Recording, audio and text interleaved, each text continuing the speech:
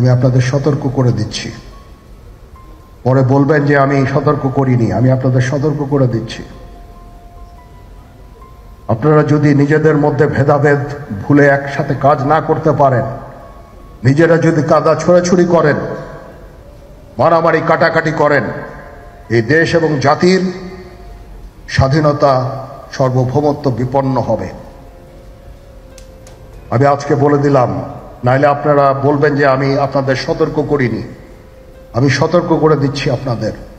আমার অন্য কোনো আকাঙ্ক্ষা নাই, আমার একটাই আকাঙ্ক্ষা, দেশ এবং জাতিটাকে একটা সুন্দর জায়গায় রেখে ছুটি করা। I had enough. Was last 7-8 months I had enough.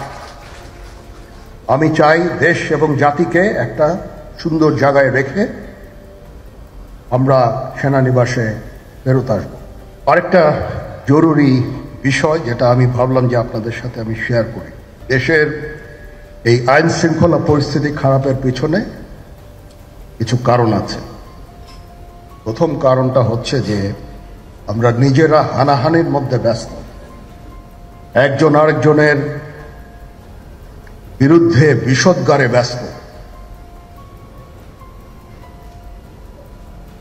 এটা একটা চমৎকার সুযোগ অপরাধীদের জন্য। যেহেতু আমরা একটা অরাজক পরিস্থিতির মধ্যে বিরাজ করছি, তারা খুব ভালোভাবেই জানে যে এই সময়ে যদি এই সমস্ত অপরাধ করা যায় তাহলে এখান থেকে পরিত্রাণ পাওয়া সম্ভব। সেই কারণে এই অপরাধগুলো হচ্ছে। আমরা যদি সংগঠিত থাকি, একত্রিত থাকি, তাহলে অবশ্যই এটা সম্মিলিতভাবে মোকাবেলা করা সম্ভব হবে। Police, RAB, BGB, DGFI, NSI এগুলো দেশের জন্য অত্যন্ত গুরুত্বপূর্ণ কাজ করেছে অতীতে। খারাপ কাজের সাথে অসংখ্য ভালো কাজ করেছে।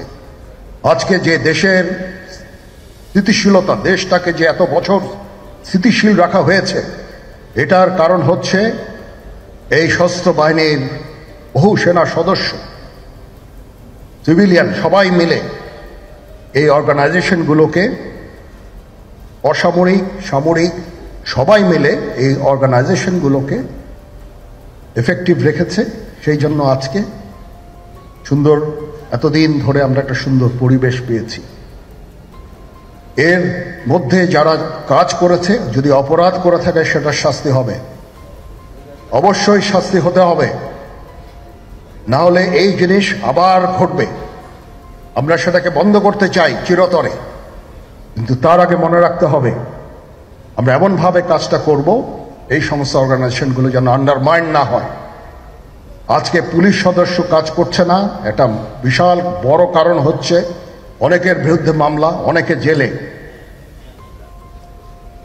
RAB, BGB, DGFI, NSI panicked. বিভিন্ন দোষারোপ, খুন ইত্যাদি তদন্ত চলছে। অবশ্যই তদন্ত হবে, দোষীদের বিচারের আওতায় আনতে হবে। এমনভাবে কাজটা করতে হবে যেন এই অর্গানাইজেশনগুলো আন্ডারমাইন না হয়। এই অর্গানাইজেশনগুলোকে যদি আন্ডারমাইন করে আপনারা মনে করেন যে দেশের শান্তি শৃঙ্খলা বিরাজ করবে, সবাই শান্তিতে থাকবেন, এটা হবে না, সেটা সম্ভব না। আমি আপনাদের পরিষ্কার করে বলে দিচ্ছি, এই দেশের শান্তি শৃঙ্খলা রক্ষার দায়িত্ব খালি সেনাবাহিনীর না। 2 লক্ষ পুলিশ আছে, বিজিবি আছে, র্যাব আছে, আনসার বিডিপি আছে, আমার আছে হচ্ছে 30,000 সৈন্য। এদেরকে আমি এই যে একটা বিরাট ভয়েড, আমি এই 30,000 সৈন্য দিয়ে আমি কিভাবে এটা পূরণ করব? 30,000 থাকে, আবার 30,000 চলে যায় ক্যান্টনমেন্টে, আরো 30,000 আসে। এটা দিয়ে আমরা দিন রাত আমরা চেষ্টা করে যাচ্ছি। এখানে যে সমস্ত উচ্ছৃঙ্খল কাজ হয়েছে সেটা আমাদের নিজস্ব তৈরি, এটা আমাদের নিজস্ব ম্যানুফ্যাকচার, আমরা নিজস্ব এইগুলো তৈরি করেছি।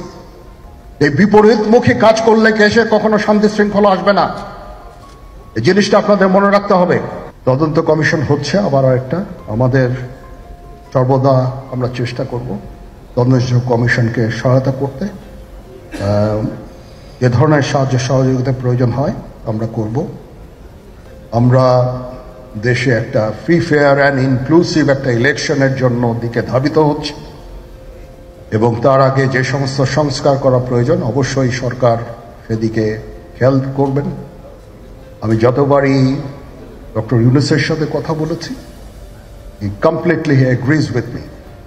There should be free, fair and inclusive election, and that election should be within December or close to that. যেটা আমি এর প্রথমেই বলেছিলাম যে 18 মাসের মধ্যে একটা ইলেকশন। আমার মনে হয় যে সরকার সেদিকেই ধাবিত হচ্ছে।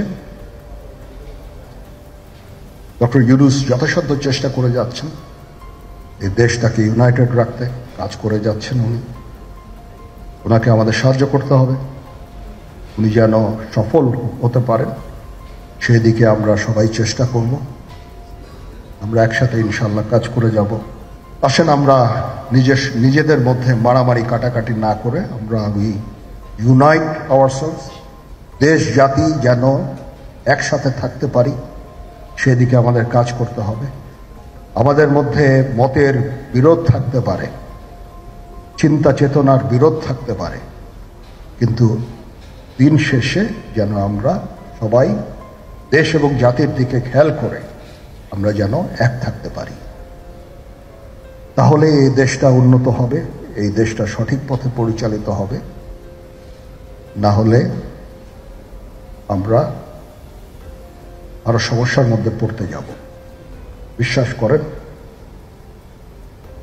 we don't want to head, ওইদিকে আমরা যেতে চাই না। আমি আপনাদের সতর্ক করে দিচ্ছি, পরে বলবেন যে আমি সতর্ক করিনি। আমি আপনাদের সতর্ক করে দিচ্ছি,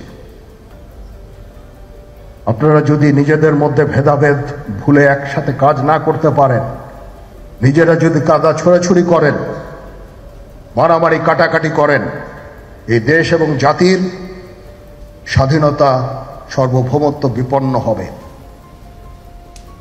আমি আজকে বলে দিলাম, নাইলে আপনারা বলবেন যে আমি আপনাদের সতর্ক করিনি। আমি সতর্ক করে দিচ্ছি আপনাদের। এই দেশ সুখে শান্তিতে থাকতে চাই, আমরা চাই না হানাহানি, কাটাকাটি, মারামারি। সেই উদ্দেশ্যে আমি কাজ করে যাচ্ছি, আমরা কাজ করে যাচ্ছি। আমাদের সেনাবাহিনীর প্রতি আক্রমণ করেন না। একটা কমন জিনিস আমি দেখতে পাচ্ছি, সেনাবাহিনী এবং সেনা প্রধানের প্রতি বিদ্বেষ কারো কারো। কি কারণে আজ পর্যন্ত আমি এটা খুঁজে পাইনি। আমরা হচ্ছে একমাত্র ফোর্স যেটা আপনাদের জন্য কাজ করে যাচ্ছি, দাঁড়িয়ে আছি প্ল্যাটফর্মে। Of course navy and air force, navy chief আবার মন খারাপ করে করছে, navy air force all, we all. আমাদেরকে সাহায্য করেন, আমাদেরকে আক্রমণ করেন না, আমাদেরকে অনুপ্রাণিত করেন, আমাদেরকে উপদেশ দেন। কোনো একটা সমস্যা হয়ে গেলে আমি যেন নুরুদ্দিন স্যারের স্বর্ণপন্ন হই এবং উনি আমাকে উপদেশ দেন, সিনিয়র জেনারেলরা আমাকে উপদেশ দেন, আমি সবার কাছে স্বর্ণপন্ন হই।